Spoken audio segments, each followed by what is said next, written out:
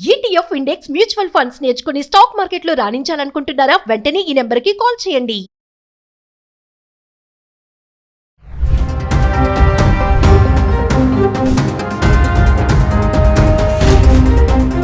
Hi hello నమస్తే, welcome back to Suman TV. Present మనతో పాటు ఉన్నారు chairman of national security studies UGC centre for human security studies founder and executive director Kanneganti Ramesh Babu గారు. నమస్తే sir. నమస్తే నవీన్ గారు. నమస్తే సార్, యుఎస్ఏలో ఇప్పుడు భారతీయుల్ని రికార్డు స్థాయిలో డిపోర్ట్ చేస్తున్నారు. అంటే ఇల్లీగల్ ఇమిగ్రెంట్స్ అందరినీ ఏరి పారేస్తున్నాడు అనుకోవచ్చు. ట్రంప్ స్టార్టింగ్ లో కూడా మనం అనుకున్నట్టు గత వీడియోలో మాట్లాడుకున్నాము, ఏదైతే ఇల్లీగల్ ఇమిగ్రెంట్స్ పైన సైన్ చేశారో. సో మరి కొత్తగా ఎందుకు ఇమీడియట్ గా రికార్డ్ స్థాయిలో ఎందుకు డిపోర్ట్ చేస్తున్నారంటే, రికార్డు స్థాయిలో అమెరికా నుంచి భారతీయుల్ని ఎందుకు వెనక్కి పంపించేస్తున్నారు? బలవంతంగా డిపోర్టేషన్ అనేది ఇంగ్లీష్ వర్డ్. తెలుగు వర్డ్ ఏంటంటే బలవంతంగా నిర్బంధించి గెంటేస్తున్నారా, తోసేయటం ఆ దేశం నుంచి వెనక్కి. మీరు మాకు వద్దు అని, వద్దు, you don't have any right to be on our land, just get lost. ఇంగ్లీష్లో అట్లా అంటారు వాళ్ళు ఎక్స్ప్రెషన్. ఎందుకు? రీజన్స్ ఏంటంటే, అంత మొదలు కొన్ని తప్పులు మనం చేస్తున్నాం. అంటే let's be very honest about it. ఆ తప్పులు ఇదివరకు అంత మొదలున్న ప్రభుత్వాలు, అమెరికాలో అంత మొదలున్న ప్రభుత్వాలు పట్టించుకోలేదు. కానీ ఇతను డొనాల్డ్ ట్రంప్ ఆయనదైన ముద్ర వేయటానికి, లేదా వేరే కంట్రీస్ నుంచి సప్లై ఎక్కువైంది, ఇండియా నుంచి కూడా మాకు ఇంత సప్లై అవసరం లేదు అనే ఒక భావన. మూడోది, ఒక ఎగ్జాంపుల్ కనుక సెట్ చేయకపోతే కఠినమైనా కానీ, మోదీ గారితో ఉండే ఫ్రెండ్షిప్ మోదీ గారితో ఉంటుంది నాకు, కానీ తప్పుని తప్పుగా నేను చెప్పకపోతే రేపొద్దున అది ప్రమాదం అయ్యే అవకాశం ఉంది అనే ఒక భావన. ఇట్లా 4-5 కారణాల ద్వారా వాళ్ళు డీపోర్టేషన్ చేస్తున్నారు. పేపర్ వర్క్ కరెక్ట్గా లేకపోయినా, దొంగ సర్టిఫికెట్లు పెట్టి దొరికినా, దొంగ ఫైనాన్షియల్ అకౌంట్స్ ఎంత చూపించినా, సోషల్ మీడియాలో అమెరికాలో ఉన్న రిపబ్లికన్ పార్టీకి వ్యతిరేకంగా కానీ, అమెరికన్ ప్రెసిడెంట్ అయిన డొనాల్డ్ ట్రంప్ యొక్క ఆలోచన విధానానికి వ్యతిరేకమైన కానీ, లేదా pro Arab and pro Palestine, pro ఇరాన్కి, ప్యాలెస్తైన్కి, అరబ్ కంట్రీస్కి, లేదా కొన్ని రకాలైన రివల్యూషన్స్, విప్లవాలకి సపోర్ట్ ఎవరు మాట్లాడినా వాళ్ళని ఇమ్మీడియట్గా డీపోర్ట్ చేసేయండి.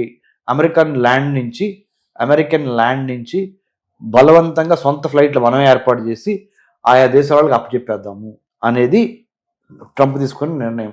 దాంట్లో భాగంగా భారతదేశానికి మునుపెన్నడూ లేనంతగా అమెరికన్ ఫస్ట్ ప్రెసిడెంట్ ఎవరు? 1789లో జార్జ్ వాషింగ్టన్.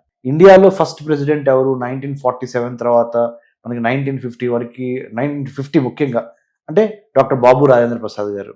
సో ఈ మాట ఎందుకు చెప్పానంటే, అక్కడ అమెరికన్ ఫస్ట్ ప్రెసిడెంట్ని, ఇక్కడ మన ఫస్ట్ ప్రెసిడెంట్ ఆఫ్ ఇండియాని ఎందుకు ఉదహరించానంటే, ఇంతవరకు చరిత్రలో ఒకేసారి అమెరికా నుంచి గత 78 ఏళ్లలో, మనకు స్వతంత్రం వచ్చి 78 ఏళ్ళు అయింది. India got independence on 15th August 1947. Till today we are 78-year-old nation or 78-year young nation. మనం భారతదేశానికి 78 ఏళ్ల యువ దేశం భారతదేశం. ఇంతవరకు అమెరికాలో మన వాళ్ళు, భారతీయులు చాలాసార్లు కొన్ని సంవత్సరాల నుంచి వెళ్తున్నారు. మరి ముఖ్యంగా 78 సంవత్సరాల్లో గట్టిగా సగం అంటే 40 సంవత్సరాల నుంచి అమెరికాలో మన వాళ్ళు ఎక్కువ వెళ్తాం జరుగుతుంది. అంటే 1985 నుంచి ఇప్పుడు వరకు ఈ ఒక 25 ఏళ్ళు, అయ్యో 15 ఏళ్ళు, అంటే 40 ఏళ్ళు అమెరికా వెళ్తాం అనేది ఎక్కువైంది భారతీయులు.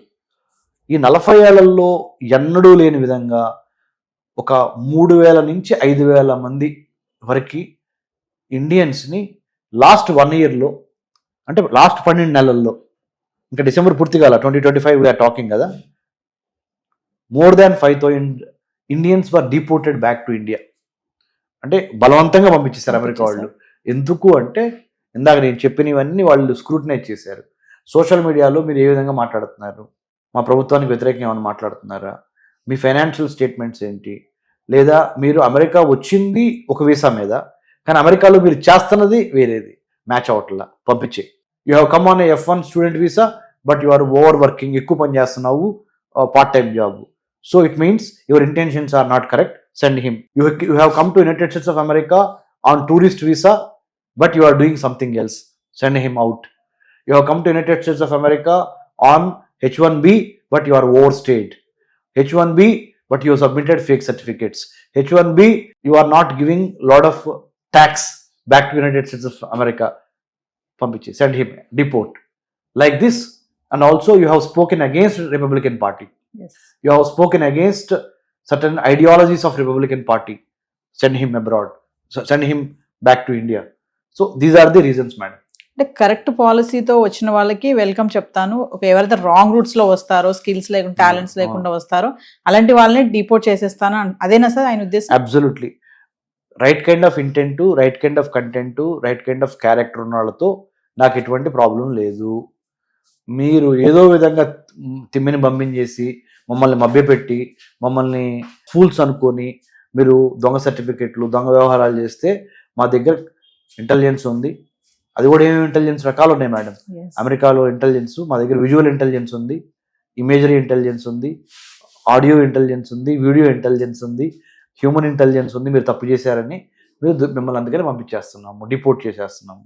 కాబట్టి better not to get in to the wrong books, better not to fall for immediate temptation.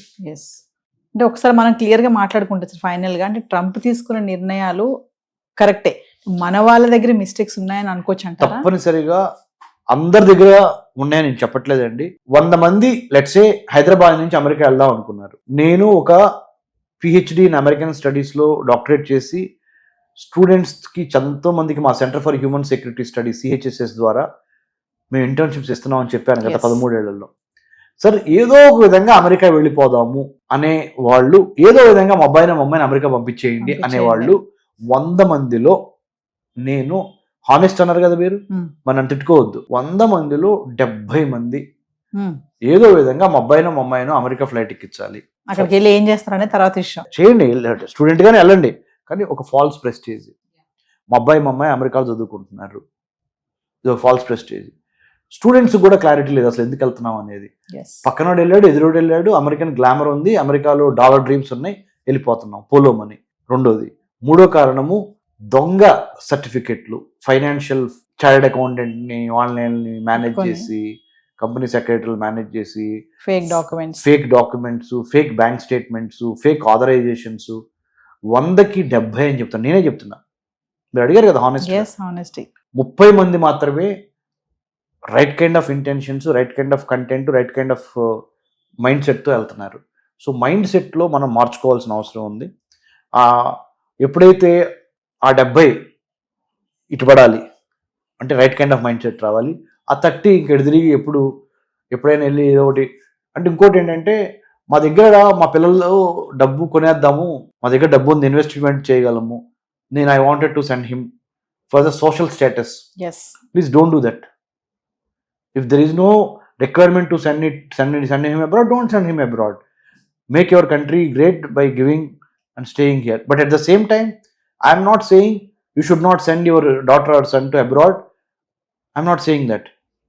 Requirement unda, real necessity unda, real need unda.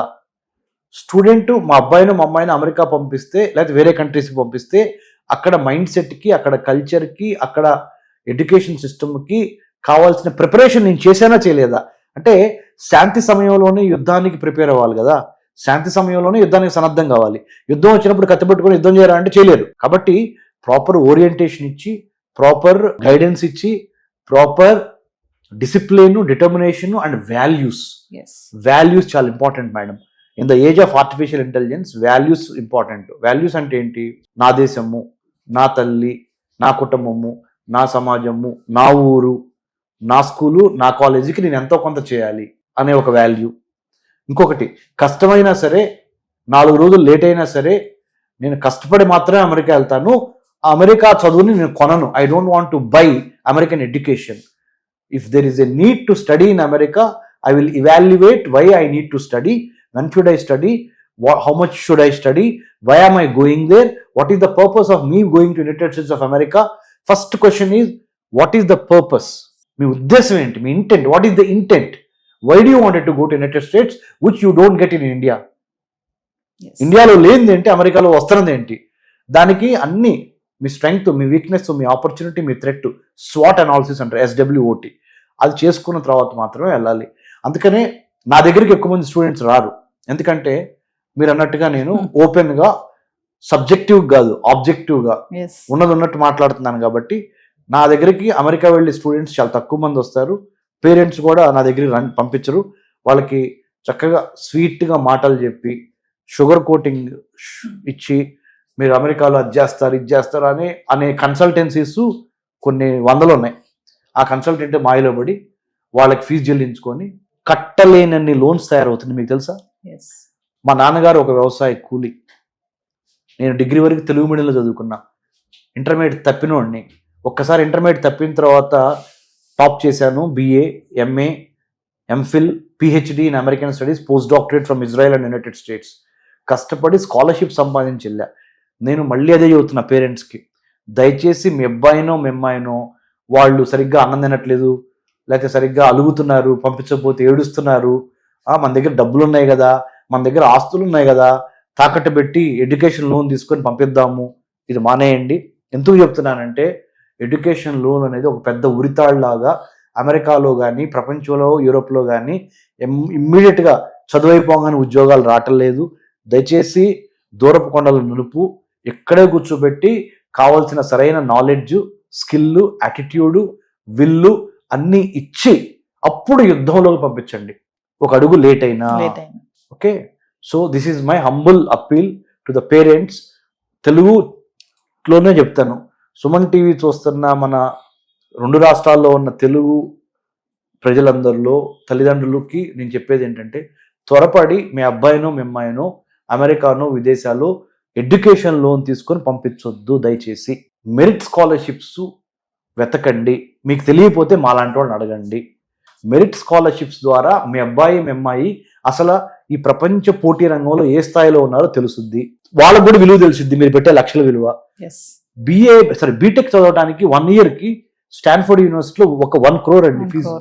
Normal మిగతా యూనివర్సిటీస్ లో 70 లక్షలు, 40 లక్షలు, 30 లక్షల దగ్గర నుంచి స్టార్ట్ అయ్యి ₹1,00,00,000 వరకు ఉంది ఒక సంవత్సరం. అన్ని కోట్లు పెట్టాల్సిన అవసరం ఏంటండి? మళ్ళీ టెన్షన్, నా కొడుకు ఎట్లా ఉన్నాడు, నా కూతురు ఎట్లా ఉంది, గన్ వైలెన్స్ ఎక్కువైంది అమెరికాలో, రోడ్ యాక్సిడెంట్స్ ఎక్కువైనాయి, క్రైమ్స్ ఎక్కువైనాయి. ఇవి కాకుండా ఉద్యోగం వచ్చిద్దా అనే గ్యారంటీ ఉందా? లేదు. సెక్యూరిటీ లేదు. లేదు. మీరు ఫిజికల్ గా వాళ్ళు అక్కడ, భౌతికంగా, కానీ వాళ్ళ మనసు ఇక్కడ, మీరు ఫిజికల్ గా ఇక్కడ, మీ మనసు అక్కడ. ఈ టెన్షన్ ఇదంతా వద్దు. రెడీ అయినప్పుడు మాత్రమే పంపించండి.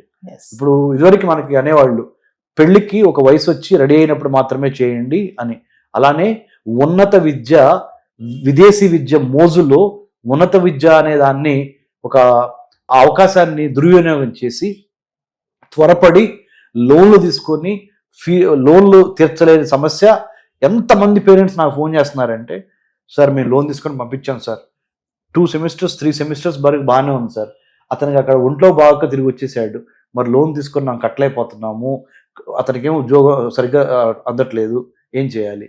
ఇది ఒకటి. ఇంకోటి చెప్తానండి మేడం, బ్యాంక్స్ కొన్ని లోన్స్ ఇస్తున్నాయి మ్యాచింగ్ గ్రాంట్ కండిషన్తో. మీరు నా దగ్గర ₹50 అడిగారు అనుకోండి లోను, మీరు కూడా ₹50 పెట్టుకుంటే అప్పుడు ₹100, మీ 50 నా 50. బ్యాంక్ ₹50 ఇస్తుంది, మీరు పెట్టుకునే పరిస్థితుల్లో లేరు ఆ ₹50. అందుకని ఒక్కోసారి మధ్యలో ఇరుక్కుపోతున్నారు స్టూడెంట్స్. ఇంకోసారి ఏం జరుగుతుంది, మీరు ₹50 ఇస్తున్నారు, బ్యాంక్ ₹50 ఇస్తామని ప్రామిస్ చేసింది, కానీ పెర్ఫార్మెన్స్ బాగోలేదని విత్డ్రా అయిన సందర్భాలు ఉన్నాయి. అప్పుడు మళ్ళీ స్టూడెంట్ అక్కడ ఇబ్బంది పడిపోతున్నాడు. సో దూరపు కొండల నునుపు అట్లని మిమ్మల్ని నేను అసలే అమెరికా వెళ్ళొద్దు, విదేశాలు వెళ్ళొద్దు అని చెప్పట్లేదు. కష్టపడి కడుపులో కసితో చదువుకొని టాలెంట్తో స్కాలర్షిప్ కొట్టి వెళ్ళటానికి #1 ప్రయారిటీ ఇవ్వండి. Not education loan, not mortgaged assets. Thank you Naveen గారు. జై హింద్.